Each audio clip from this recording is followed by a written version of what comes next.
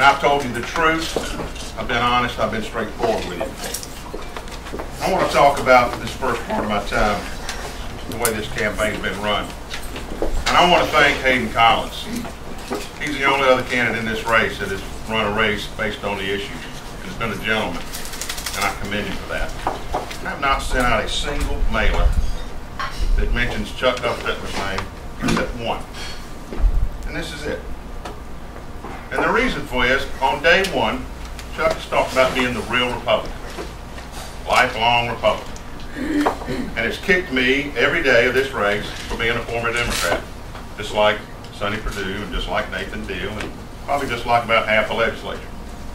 So when you hold yourself out to be something, you better be telling the truth. So all I did is go to the Secretary of State and get his voting card, official document. And it shows that Chuck votes Democrat just about as often as he votes Republican. Now, the reason I did that is because I think this race ought to be about integrity. And who tells the truth? And who runs a campaign based on issues?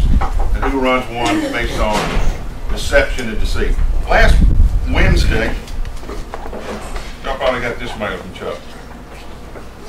One of the nastiest mailers that I've seen. It's followed up by Friday with this nasty mailer sent out by Chuck. I would challenge you to find a single mailer or a single event or a single forum where Chuck has advanced a single issue or an original topic or an original thought about his vision for the 52nd District. One of these cards talks about lobbyists spent $10,000 to take me to a private resort. Chuck, if you can produce a lobbyist that has any evidence that they took me to a resort and spent $10,000 on me, I will drop out of this race today. Absolutely a blatant lie, and you know it. I do agree that this campaign had gotten very negative. I've really pushed to be positive in this and to talk issues, and will continue to do so. I do feel like, well, I would like to talk about the issues. I do have to respond to a couple of things. The first negative mailer that anybody sent out was the one he referred to, which said, you know, he voted Democrat and this was Obama's year. I never voted in a Democratic presidential primary. I want that fact to be known. And it says at the bottom, you just can't trust Chuck Hufstetler. The first negative attack radio ad that went out was also by this campaign. The first negative website put up that is still up is by this site. Have some of the responses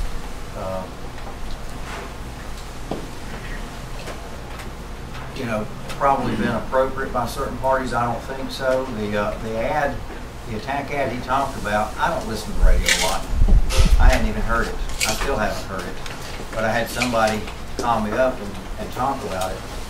I called Randy quick, and I said, Randy, I really wish you could get this ad down immediately. I don't agree with this being run. Randy said, I can't do that. He said, you didn't buy this ad, you didn't pay for it. I thought you were aware of it. I said, no, I wasn't aware of it.